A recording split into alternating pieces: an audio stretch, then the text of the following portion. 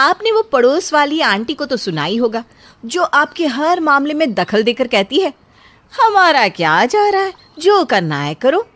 ऐसा ही एक कैरेक्टर हम सबके आसपास होता ही है। पर रुकिए, क्या हो अगर आपकी सास ही ऐसी हो? अब सोचिए कैसे निपटेंगे आप अपनी सास से ही। इसी कश्मकश से गुजर रही है हमारी वर्षा और प्रिया भी। आइए देखते हैं कि वो दोनों इसका क्या हल निकालती है। अरे किसका पार्सल आया है अभी? माँ जी मेरा पार्सल है, लाइए दीजिए। क्या मंगवाया है इसमें? वो माँ जी रसोई के कुछ मसाले ख़त्म हो गए थे ना, और ऑनलाइन काफ़ी सस्ते मिल रहे थे तो मैंने मंगवा लिए। भाई रवि के पैसे तो जैसे पेड़ पर उगते हैं, जो चाहे जब चाहे मंगवा लो। नहीं माँ जी, ऐसा नहीं है, मैंने कोई फिजूल खर्चा नहीं किया है। ये तो रसोई के मसाले सस्ते में मिल रहे थे इसलिए बस। मैं जब शादी करके आई थी ना तो हाथों से कूट कूट के मसाले बनाती थी, पर हाँ अब तो समय बदल चुका है। अब मैं क्या कह सकती हूँ, मैंने तो बोलना ही छोड़ दिया है। इतना सब तो बोल रही हैं, और क्या कहेंगी? देखो बहू, ये मसाले और रसोई का सामान तुम घर पे ही बनाओ तो अच्छा है, इससे पैसे भी बचते हैं और मसालों की खुशबू भी अच्छी आती है। जी ठीक है माँ जी, आगे से ध्यान रखूँगी। हाँ, बाकी मैं तो किसी से कुछ कहती नहीं। अब तुम बहुओं का घर है, जो करना है करो, मुझे क्या। हाँ माँ जी, आप कहाँ कुछ कहती हैं, ये तो हम ही हैं जो बोलते रहते हैं। हाँ हाँ चलो कोई बात नहीं, आगे से ध्यान रखना। अरे क्या हो गया भाभी? क्या होना है? अरे रसोई के लिए मैंने कुछ मसाले मंगवाए तो माँ जी ने इतना सुना दिया, और उसके बाद कहती है कि मैं तो कुछ कहती ही नहीं, यही ना? हाँ यही। जानती हूँ भाभी, कल ना मुझे उठने में बस 10 मिनट की देरी हो गई थी, और मैं जैसे ही नीचे आई तो माँ जी शुरू हो गई, आजकल तुम जल्दी उठती नहीं, रात को देर तक घूमते रहते हो, हम तो सुबह 5 बजे उठ जाया करती थी। और मुझे इतना सुनाने के बाद कह रही हैं, देखो मैं तो तुम्हें कुछ नहीं कह रही, बस आगे से ध्यान रखना ऐसा ना हो। मैंने तो बोलना ही छोड़ दिया है। अब आप ही बताइए, अनुपमा की तरह 5 पन्नों का भाषण देने के बाद वो कह रही हैं, मैं कहाँ कुछ कहती हूँ। वही तो बात है ना, वो इतना कह देती हैं और फिर बोलती रहती हैं, मैं तो बहुओं को कुछ कहती ही नहीं। चलिए छोड़िए भाभी, उनका तो रोज़ का है, हम काम पे लग जाते हैं। हाँ वो भी है, माँ जी का तो हमेशा का है। ये देख, मैंने मसाले भी मंगवा दिए हैं। लाइए भाभी। वर्षा और प्रिया को अपनी सास की आदत पता थी, इसलिए वो कई बार उसे नज़रअंदाज कर देती थी, लेकिन इससे कावेरी को कोई फर्क नहीं पड़ रहा था। उसे तो आदत पड़ चुकी थी बीच में बोलने की। अरे जल्दी करो, कहाँ रह गए दोनों? ये लड़के को पता नहीं क्यों इतना वक्त लगता है तैयार होने में भैया। अरे क्या हुआ, तुम चारों कहाँ जा रहे हो? अरे माँ, तुम्हें सुबह ही तो बताया था कि हम शाम को बाहर जाएंगे। वर्षा ने मंदिर में मन्नत मांगी थी, इसलिए चारों जा रहे हैं माता के दर्शन करने। अच्छा हाँ, बताया तो था, मैं शायद भूल गई होंगी। अब मेरी उम्र हो गई है, क्या करूँ। चलो मैं तैयार हूँ। पर बहुएं मुझे फिर से भी तो बता सकती थी ना कि हम शाम को बाहर जाने वाले हैं। माँ जी, मैंने आपको दिन को भी याद करवाया था कि हम शाम को मंदिर जा रहे हैं, और माँ जी हमने खाना और बाकी सारा घर का काम भी तो कर दिया है। हाँ, अब मैं क्या ही बोल सकती हूँ, तुम्हारी ज़िंदगी है, मैंने तो अब कुछ बोलना ही छोड़ दिया है। पर तुम सबको ना ध्यान रखना चाहिए कि हम माँ जी को घर में यूँ अकेला छोड़ कर जा रहे हैं। माँ, मैंने पूछा तो था तुमसे, तुमने कहा मैं मंदिर की सीढ़ियाँ नहीं चढ़ सकती इसलिए नहीं आ पाऊँगी। अरे पर बहुओं ने तो एक बार भी नहीं पूछा ना मुझसे। खैर छोड़ो, अब क्या कह सकते हैं इन्हें। तुम लोग जाओ, मैं अपना ख्याल खुद रख लूँगी। एक काम करते हैं भाभी, आप जाइए, मैं घर पे रुक जाती हूँ माँ जी के पास। आपकी मन्नत है तो आपको तो जाना ही पड़ेगा। अरे पर प्रिया, तुम्हारा कितना मन था चलने का मंदिर में, चलो ना। अरे मैं कुछ नहीं कह रही, हाँ ये तुम्हारी मर्जी है कि तुम रुकना चाहती हो। भाभी आप जाइए ना, मैं यहाँ रुकती हूँ माँ जी के पास। ठीक है। आपको तो पता है, अगर हम सब चले गए तो कल का पूरा दिन बोलती रहेंगी, इससे अच्छा है कि आप जाइए। मुझे ना तुम्हारे लिए बहुत बुरा लग रहा है प्रिया कि तुम नहीं चल पा रही हो। अरे कोई बात नहीं ना भाभी, हम कभी और दिन साथ में चलेंगे। कावेरी की टोकने की आदत अब बढ़ती जा रही थी। उसके बाद भी वो इस बात को मानने को तैयार नहीं थी कि वो अपनी बहुओं से कुछ कहती हैं। अरे कावेरी, कहाँ हो तुम? हाँ यहाँ अंदर हूँ जानकी, आजा। अच्छा तुम यहाँ बैठी हो? क्यों, कुछ काम था क्या? नहीं, सोचा घर में अकेली थी तो तुमसे मिलने आ गई। क्यों, तुम्हारी बहू कहाँ गई? मेरे बहू और बेटा घूमने गए हैं, रात को देरी से आएंगे। और तुझे घर में अकेले छोड़कर चले गए? अरे मैं कोई 2 साल की बच्ची थोड़ी ना हूँ जो अकेले नहीं रह सकती। यही तो उम्र है उनकी घूमने फिरने की। अरे जानकी काकी, आप यहाँ, मैं आपके लिए कुछ लेकर आऊँ? नहीं नहीं बहू, मैं तो बस यूं ही चली आई। घर में कोई था नहीं तो यहाँ कावेरी से बात करने चली आई। हाँ, मैंने देखा था सुबह अंजलि और भैया जा रहे थे घूमने। अरे मैंने भी ना अपनी बहुओं को खुली छूट दे रखी है घूमने फिरने की, कभी कुछ नहीं कहती। क्या वर्षा बहू? जी, लेकिन माँ जी को ना घर में अकेले रहना पसंद नहीं, इसलिए कभी कभी कह देती हैं। वो तो है कावेरी, तू अपनी बहुओं को किसी बात में नहीं छोड़ती। अरे ऐसा कुछ नहीं है जानकी, मैं तो कुछ भी नहीं कहती इनसे। मैंने तो बोलना ही छोड़ दिया है, इनके ही कान बजते होंगे, मैं तो कुछ कहती नहीं। अच्छा ऐसी बात है क्या? तू भी कावेरी, तेरा कुछ नहीं हो सकता। ये तो तेरी बहुएं हैं जो सुन लेती है, वरना तू तो हर बात में कुछ ना कुछ इनसे कहती रहती है, टोकती रहती है। अरे ये वर्षा बहू तो कुछ भी कहती है, मैं तो कभी कुछ नहीं कहती इनसे। हाँ माँ जी आप, और नहीं तो क्या, इनको जो करना होता है ये दोनों वही करती है, मेरी कहाँ सुनती है। मैंने तो बोलना ही छोड़ दिया है। कावेरी ने जानकी के सामने वर्षा को झूठा साबित कर दिया। इस बात से वर्षा को भी काफ़ी बुरा लगा, पर दूसरे दिन से उनके घर में कुछ अजीब सा किस्सा होने लगा। प्रिया चल जल्दी कर, लेट हो जाएगा हमें। आ गई भाभी, चलो चलते हैं। अरे ये दोनों कहाँ जा रही हो सुबह सुबह? माँ जी हम ना फिल्म देखने जा रहे हैं, शाम तक वापस आ जाएंगे। फिल्म देखना? और मुझे बताया भी नहीं। अब तुम दोनों आपस में ही प्लान बनाने लगे हो। कावेरी कुछ बोल रही थी, पर वर्षा और प्रिया आपस में बात करती हुई बाहर निकल गई। अरे इन दोनों ने तो मेरी तरफ देखा भी नहीं, इन दोनों ने सुना नहीं क्या जो मैंने कहा? मेरी आवाज़ पहुंच नहीं रही क्या इनके कानों तक? ऐसे ही चली गई दोनों, आने दो, शाम को फिर बताती हूँ। वर्षा और प्रिया शाम को आपस में बात करते हुए आती हैं। माँ जी हम खाना बाहर से ही ले आए हैं।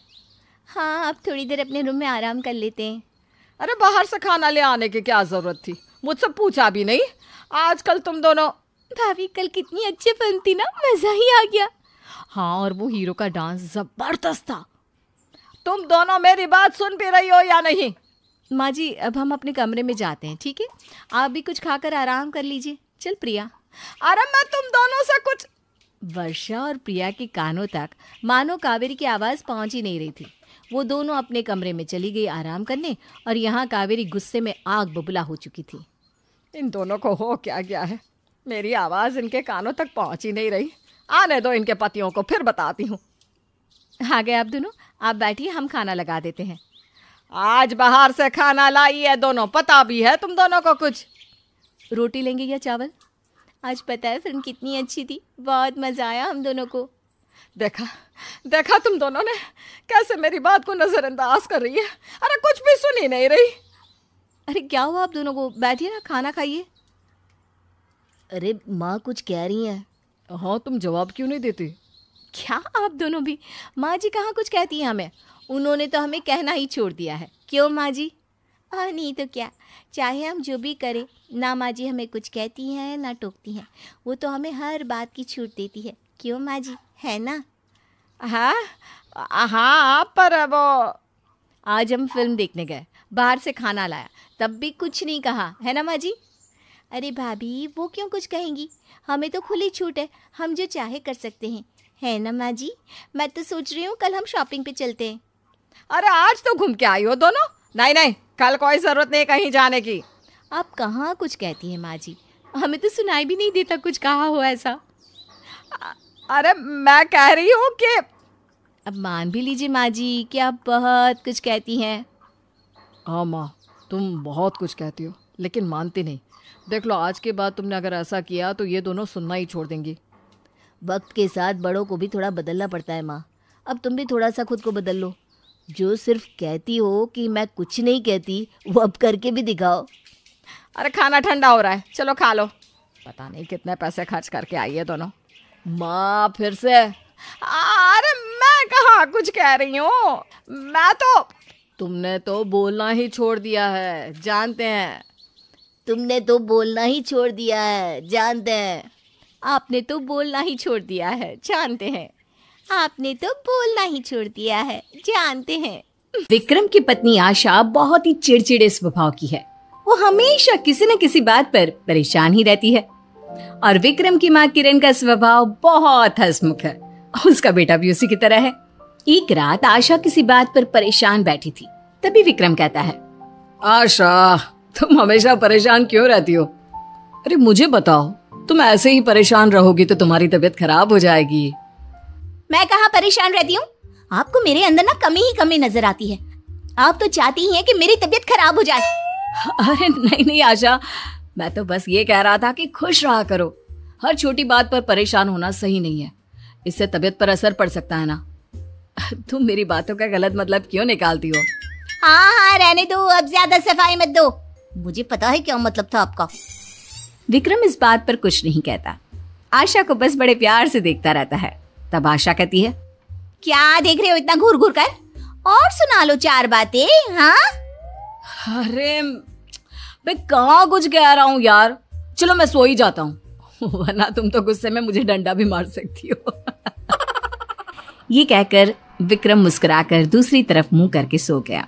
अगली सुबह विक्रम सो ही रहा था कि उसे किसी के गिरने की आवाज सुनाई दी।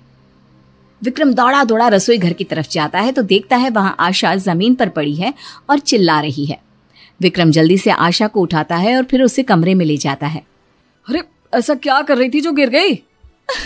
मैं तो ऊपर से दाल का डिब्बा उतार रही थी, टेबल से मेरा पैर फिसल गया, बहुत दर्द हो रहा है। ओहो, लगता है चोट बहुत गहरी लगी है। और नहीं तो क्या, दर्द के कारण मेरी तो जान निकली जा रही है। अरे ठीक है, हम डॉक्टर के पास चलते हैं और मैं माँ को भी खबर कर देता हूँ, वो आ जाएगी तुम्हारी देखभाल करने के लिए। नहीं, माँ को मत बुलाना, वो काम तो कुछ करेगी नहीं, बस हंसी मजाक करती रहेंगी। मुझे नहीं बुलाना उन्हें, वो वैसे भी मुझे कामचोर समझती हैं। आशा, इंसान को हंसमुख होना चाहिए, तुम्हारी तरह नहीं। क्या कहा आपने? कैसी हूँ मैं? हाँ अरे कुछ नहीं। देखो आशा, ऐसा नहीं है जैसा तुम समझ रही हो। माँ तुमसे बहुत प्यार करती है, यहाँ कुछ दिन रह भी लेंगी और तुम्हारी देखभाल भी कर लेंगी। इस हालत में तो तुमसे कोई काम नहीं होगा ना। आशा कुछ देर सोचती है और मन ही मन कहती है, बात तो सही है, मुझसे तो हिला भी नहीं जा रहा, काम कैसे कर पाऊंगी? और विक्रम को भी तो ड्यूटी पर जाना होता है, ये सब कैसे होगा? ये सोचकर आशा कहती है, ठीक है, बुला लीजिए अपनी माँ को, वैसे भी बहुत दिन हो गए उन्हें यहाँ आए हुए। विक्रम अपनी माँ को खबर कर देता है और अगली सुबह माँ आ जाती है। माँ को देखकर विक्रम बहुत खुश होता है और उनके चरण छूता है। आशा भी अपनी सास को देखकर बहुत खुश होती है। किरण के हंसमुख स्वभाव के कारण सारे पड़ोसी भी उससे खुश रहते थे।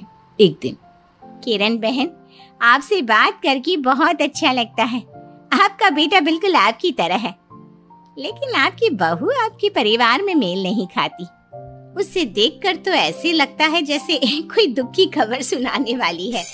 बहन जी, मेरी बहू की बुराई मेरे सामने तो मत करो, इतनी भी दुखी नहीं रहती जितना आप कह रही हो। वैसे बात सही कह रही हैं आप। हर समय रोने जैसी शक्ल बनाए रखती है, हंसना तो जैसे आता ही नहीं उसे। ज्यादा बात करना भी पसंद नहीं करती, दुखी आत्मा। किरण और उसकी पड़ोसन हंसने लगी। अब आशा को चोट लगे बहुत दिन हो गए थे, लेकिन उसमें कोई सुधार नहीं आ रहा था, इसलिए वो दुखी होकर कहती है, माँ जी, मेरी तबीयत में कोई भी सुधार नहीं हो रहा, ये चोट तो मेरे गले का फंदा बन गई है। अगर आप नहीं होती तो मेरा ध्यान कौन रखता? अरे बेटी, तू खुश रहा कर बस, अच्छा सोचेगी तो अच्छा ही होगा। मुझे देख, हमेशा खुश रहती हूँ। मजाल है किसी बीमारी की जो मेरे पास आकर पटक जाए। और तुम ना बिल्कुल फिक्र मत करो, जल्दी ही ठीक हो जाओगी। वैसे भी जो होता है अच्छे के लिए होता है। माँ जी, मुझे इतनी जोर से चोट लगी है, भला इसमें क्या अच्छा होगा? आप भी ना कुछ भी बोलती हो। कुछ ही दिन में आशा ठीक हो जाती है। सास हमेशा बहू से हंसी ठिठोली करती रहती, लेकिन आशा हमेशा ऐसे बर्ताव करती जैसे पता नहीं कितने दुखों में डूबी है। एक दिन आशा की सास कहती है, क्या बात है बहू, आज तो बहुत सुंदर लग रही हो, कहीं जा रही हो क्या? हाँ, आज विक्रम मुझे सिनेमा दिखाने ले जा रहे हैं। देखा बहू, मैंने धूप में बाल सफेद नहीं किए, मैं तो तुम्हें देखते ही समझ गई थी कि तुम कहीं जा रही हो। ये सुनकर आशा विक्रम को देखने लगती है। इतने में किरण एक गाने के बोल सुना देती है और कहती है, आंखों ही आंखों में इशारा हो गया, बैठे बैठे विक्रम तुम्हारा हो गया। ये सुनकर विक्रम भी आशा की ओर बढ़ता है और वो भी एक गीत के बोल बोल देता है, यारा ओ यारा मिलना हमारा, जाने क्या रंग लाएगा, तुमसे बिछड़ के ये दिल ना रह पाएगा। दोनों माँ बेटे आशा की ओर देखकर गाना गाने लगते हैं तो आशा वहां से जाने लगती है। किरण फिर से एक गाना गाती है, अभी ना जाओ छोड़ कर के दिल अभी भरा नहीं। पर ये सुनकर बहू चिड़चिड़े अंदाज में कहती है, माँ जी कुछ तो लिहाज करो अपनी उम्र का, आपके सामने आपका बेटा भी है। अरे बहू छोटी सी जिंदगी है, इसे खोल कर जिया करो। ऊपर वाले ने तो वैसे भी सब कुछ पहले से लिख रखा है, तो छोटी छोटी बात पर बिगड़ क्यों जाती है। जिंदगी तो वैसे भी दुखों से भरी हुई है, खुश रहना सीख। हर समय रोते रहने से, मातम मनाने से जिंदगी नहीं चल सकती, समझी। आशा किरण की बात सुनकर चुप हो जाती है। किरण आशा को अपने बचपन और जवानी के किस्से सुनाती है। पता है बहू, जब हम छोटे थे ना तो स्कूल जाने के बहाने आम के बाग में घुसकर आम चुराया करते थे। मेरा छोटा भाई भी होता था मेरे साथ। बचपन के दिन ही और थे, कितना मजा आता था। अब कहाँ लौट कर आएगा वो समय, यादें ही तो रह जाती है। माँ जी विक्रम बता रहे थे कि आपकी पापा जी से पहली मुलाकात आम के बाग में ही हुई थी, क्या ये सच है? और फिर आपकी पापा जी से शादी कैसे हुई? अरे बहू क्या बताऊं, वो भी ना बड़ा मजेदार किस्सा है। मैं एक बार उनके बाग से ही आम चिरा रही थी और तेरे ससुर जी आ गए। उन्हें देखकर मेरा भाई डर के मारे भाग गया और मैं तो पेड़ पर चढ़ी हुई थी, जैसे तैसे उतर कर भाग गई। शाम को तेरे ससुर जी अपने बापू के साथ हमारे घर आए।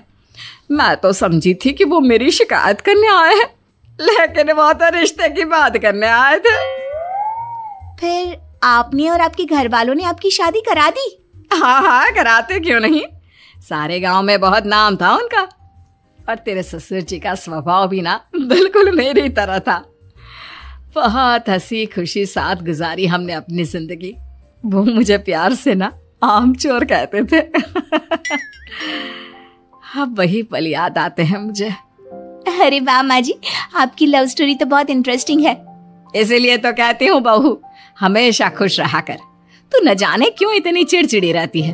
तेरा पति इतना अच्छा है, तेरी सास इतनी अच्छी है। औरों की बहुओं की सास देखी है तुमने? अरे कितने अत्याचार करती है अपनी बहुओं पर, और मैं तो तुझे हंसाती रहती हूँ। आशा भी सोचती है, माँ जी कह तो सही रही हैं, मैं हर छोटी बात पर चिंता में पड़ जाती हूँ। और जैसी जिंदगी मेरी सास ने जी है, मैंने तो एक पल भी नहीं जी। मुझे अपने अंदर थोड़ा बदलाव लाना होगा। आशा ठान लेती है कि वो कभी नहीं रोएगी, और इतने में उसे कुछ काम याद आता है। जैसे ही आशा वहां से जाने लगती है तो विक्रम कहता है, अरे कहाँ, जल्दी बैठो तो, माँ कितनी अच्छी अच्छी बातें बता रही है। आशा हंसते हुए कहती है, मैं चाय बना कर लाती हूँ, पापड़ भी, साथ बैठेंगे, आराम से कुछ बात करेंगे जनाब। क्या बात है, तुम तो सुधर गई। अच्छा सिनेमा देखने नहीं चलोगी? अकेले नहीं जाऊंगी, सिनेमा देखने आज माँ को भी साथ ले चलेंगे, तब बनेगी बात। क्या बात है आशा, तुम्हारा ये रूप तो मैंने पहले कभी देखा ही नहीं था। आशा को इस तरह से खुश और हंसता हुआ देखकर दोनों माँ बेटे बहुत खुश होते हैं और विक्रम अपनी माँ को धन्यवाद देता है। इस तरह किरण, उसका बेटा और बहू हंसी खुशी जीवन बिताने लगते हैं और आशा को भी समझ में आ जाता है कि जो समय जाता है वो लौटकर नहीं आता है। मौनी, मैं तुमसे बहुत प्यार करता हूँ और तुम्हारे गूंगे होने से मुझे कोई एतराज नहीं है। आई लव यू मौनी, चलो ना शादी कर लेते हैं। क्या मतलब? मौनी इशारा करके कहती है कि वो भी अनुकूल से बहुत प्यार करती है। ये कहानी है मौनी की, जो गूंगी होती है। वैसे तो मौनी बेहद खूबसूरत होती है, लेकिन बस उसका गूंगा होना एक प्रॉब्लम सी होती है। लोग अक्सर उसका मजाक उड़ाते और कभी कभी तो लोग उसकी बातें ना समझने पर परेशान भी हो जाते हैं। अनुकूल जब अपने घर पर मौनी के बारे में सब बताता है, तभी उसकी माँ कामिनी एकदम से चिल्ला पड़ती है। नहीं, तू उस फटे हुए ढोल से शादी नहीं करेगा। अरे जो लड़की कुछ भी बोल ही नहीं सकती, जिसमें जीवन की सबसे जरूरी चीज की ही कमी है, वो भला घर गृहस्थी क्या बसाएगी। तुझे उससे नया नया प्यार हुआ है ना, इसलिए तुझे सब अच्छा लग रहा है, लेकिन बेटा ऐसा नहीं होता। हाँ अनुकुल भैया, मैं नहीं चाहती कि मेरी भाभी गूंगी हो। अगर वो गूंगी होगी तो मैं दिन भर काम और आस पड़ोस की चुगलियां और गॉसिप्स किससे करूंगी। लेकिन पिता शिवनंदन अनुकूल और मौनी की शादी के लिए हाँ कह देते हैं। अरे भाई, अगर लड़की गूंगी है इसका मतलब ये नहीं कि वो उसकी सबसे बड़ी कमजोरी है। वैसे देखा जाए तो हम सब में भी दुनिया भर की कमियां तो है ही। शिवनंदन तो राजी हो जाते हैं, लेकिन कामिनी और ज्योति नहीं होते। फिर जैसे तैसे अनुकूल उन्हें इतना मक्खन लगाता है कि आखिरकार वो दोनों राजी हो ही जाती हैं। गूंगी बहू को लाने का बस एक ही फायदा होगा कि वो चुप रहेगी और चुपचाप सबका कहना मानेगी। आने दो उसे, अच्छे से काम करवाऊंगी। अनुकूल और मौनी दोनों के परिवार एक साथ मिलते हैं और दोनों की शादी तय हो जाती है। शादी की रस्में होती हैं और फिर दोनों भी शादी के रिश्ते में बन जाते हैं। शादी के बाद तो सब कुशल मंगल चलता है, लेकिन धीरे धीरे अनुकूल मौनी से इरिटेट होने लगता है। मौनी, जरा बताओगी मेरी वो ब्लू वाली फाइल कहाँ पर है? मेरी ऑफिस की बैग कल रात को तुमने रखी थी ना अलमारी में, जल्दी बताओ। अरे बहुत गड़बड़ी में हूँ, बोलो ना। मौनी इशारा करती है कि उसे नहीं पता कि फाइल कहाँ है, और वो इशारों से ये भी कहती है कि अनुकूल ने उसे कल रात को कोई फाइल नहीं दी थी, बस ऑफिस का बैग दिया था। लेकिन बेचारा अनुकूल, वो तो मौनी के इशारों को समझ ही नहीं पाता और अपने बाल नोचते हुए इरिटेट होकर कहता है, ओ गॉड, गलती कर दी इस म्यूट स्पीकर से शादी करके। इससे बात करना मानो किसी जानवर से बात करना। बात करने जाओ तो कुछ रिप्लाई ही नहीं देती। प्यार तो है, लेकिन अब शायद वो प्यार भी धीरे धीरे इरिटेशन का रूप ले रहा है। मैं तो थकने लगा हूं दिन ब दिन। इसे झेलना मतलब किसी एलियन या 2 साल के बच्चे को बेबीसिट करने जैसा है। क्या करती है कुछ समझ में ही नहीं आता, दिमाग हैंग हो जाता है। अनुकूल को खुद से यूं परेशान होते हुए देख मौनी को बहुत ज्यादा बुरा लगता है। इतना ही नहीं, मौनी के गूंगेपन से घर में कामिनी और ज्योति भी काफी परेशान से थे। सिर्फ एक सदस्य होता है जो मौनी को समझ लेता है और उसे खूब प्यार और स्नेह देता है। मौनी किचन का सारा काम निपटाकर हॉल में आती है और तीनों से इशारों इशारों में कहती है,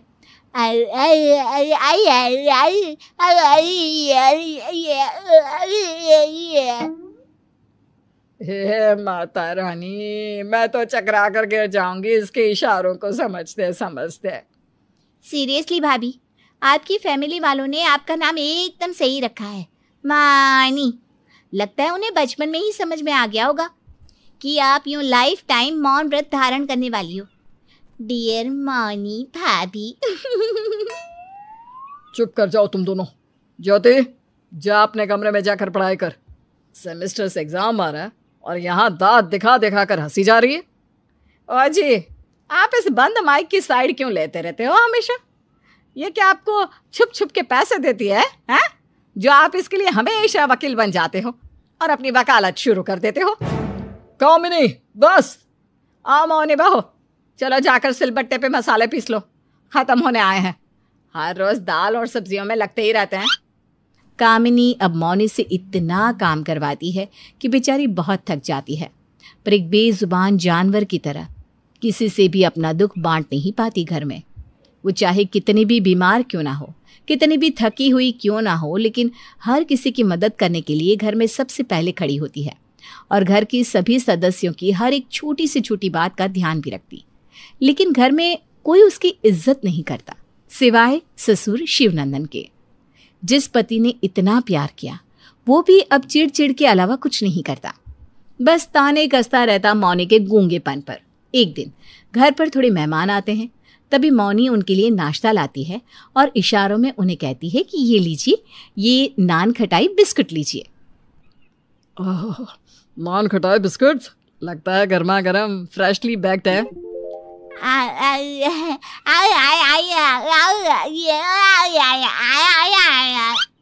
मौनी की इस भाषा को सुनकर मेहमान पेट दबाकर जोरों से हंसने लगते हैं और सभी घर वालों को बहुत शर्मिंदगी महसूस होती है, सिवाय शिवनंदन के।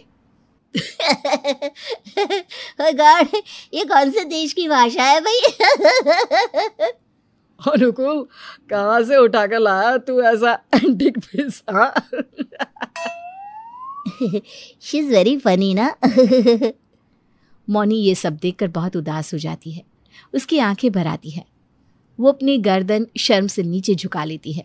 मेहमानों के जाने के बाद कामिनी ड्रॉअर में से एक सेलो टेप लाती है और गुस्से से उसे मौनी के मुंह पे लगा देती है। अब करके दिखा तू। आई ओई ओई ओई ओई। अरे कान पक गए हमारे, ऊपर से मेहमानों के सामने भी हमारी बेइज्जती करा दी। बेशरम कलमुही कहीं की गूंगी। अब अगर तूने ये सेलो टेप उतारा ना तो देख लेना। चुपचाप अपना काम कर और कोना पकड़ कर बैठ जा। और हाँ, आइंदा से किसी भी मेहमान या घर में आए बाहर वाले के सामने मत आना। खुद ने तो बचपन से ही बेइज्जती सही है अपने गूंगेपन के कारण। एक्सपीरियंस होगा तुम्हें, लेकिन हमें नहीं है ना, और हम अपनी इज्जत को मिट्टी में मिलते हुए नहीं देख सकते। बेचारी मौनी, अब उसके लिए अपने ससुराल में रहना किसी कैद खाने में रहने से कम नहीं था। वो दिन भर घर वालों के ताने सुनती और फिर रात में रसोई में अंधेरा करके खूब रोती, लेकिन कोई उसके रोने की आवाज़ नहीं सुन पाता और ना ही आंसुओं को पोंछने आता। घर वाले उससे सख्ती से पेश आने लगते हैं और अपनी इज्जत पर आंच ना आए इसलिए उसे घर से बाहर निकलने तक नहीं देते। 4 दीवारों में बंद रह रहकर मौनी को बहुत घुटन महसूस होने लगती है। एक दिन जब पूरा परिवार एक फंक्शन में गया था और मौनी घर पर अकेली सो रही थी, तभी वो आंखें खुलते ही देखती है कि 2 गुंडे उसकी अलमारी की तिजोरी का ताला तोड़ने की कोशिश कर रहे हैं। मौनी एकदम से घबरा जाती है। अबे चुप कर, बेवकूफ गूंगी कहेगी। घोचू भाई, ये औरत तो उठ गई। अरे मोचू भाई, तू जल्दी से तिजोरी तोड़ इससे पहले कि कोई आ जाए, और टेंशन मत ले, ये औरत गूंगी है। ये किसी को भी कुछ भी बताने जाएगी ना तो भी सामने वाला इसकी बात समझ ही नहीं पाएगा। कुछ देर बाद कामिनी, अनुकूल, ज्योति और शिवनंदन आते हैं। तभी उन्हें पता चल जाता है कि घर पर चोरी हुई है। हे भगवान, ये क्या हो गया? सब इस नास पिटी गूंगी बहू के कारण हुआ है। अरे ये अगर गूंगी ना होती तो चीखती चिल्लाती, आस पड़ोस वाले इकट्ठा हो जाते और चोरी ना होती। अब यूं रोंदी शक्ल बनाकर क्यों खड़ी हो? तुमसे शादी करना मेरी जिंदगी का सबसे घटिया डिसीजन था। अब मैं बहुत पछता रहा हूँ। मौनी सबकी बातें सुनते हुए शांत खड़ी होती है। तभी पड़ोसी मेवालाल आकर कहते हैं, अरे अनुकूल बेटा, इस बेचारी पर मत चिल्लाओ। उन चोरों के पास तो छुरी और नुकीले औजार थे, उसके बावजूद भी तुम्हारी गूंगी बहू ने गूंगी होकर भी हिम्मत दिखाई और उन पर मिर्ची स्प्रे छिड़का और वो लोग दुम दबाकर भाग गए। तुम्हें तो इसे धन्यवाद कहना चाहिए, इसने तुम्हारे पैसों को चोरी होने से बचा लिया है बेटा। मेवालाल की बातें सुनकर सभी चकित रह जाते हैं। मौनी जिस दिन से इस घर में बहू बनकर आई है, उसी दिन से ये हमारी बेटी बन गई। अरे मूर्खों, इस बेचारी की क्या गलती है अगर ये गूंगी है तो? ये जानबूझकर थोड़ी ना ऐसा करती है। कामिनी, अनुकूल, ज्योति, मौनी ने इस घर से सिर्फ बुरे ताने सुने हैं, लेकिन हमेशा उसके बदले सिर्फ और सिर्फ ढेर सारा प्यार दिया है। कभी किसी काम में आनाकानी नहीं की। सोचो कामिनी, हमारी खुद की बेटी ज्योति तो हमें एक गिलास पानी तक नहीं देती, पर हमारी बहू हर 1 मिनट हम सब का ख्याल रखती है। और तू तो 1 नंबर का गधा है अनुकूल, जो हीरे को पत्थर समझ रहा है। इस दुनिया में कोई भी पूरी तरह से सही नहीं होता, कमियां हर किसी में होती है। अपनी बीवी की इज्जत कर। शिवनंदन की बातों को सुनकर सभी को शर्मिंदगी महसूस होती है और वो मौनी से माफ़ी मांगते हैं और उससे अच्छी तरह से पेश आने लगते हैं।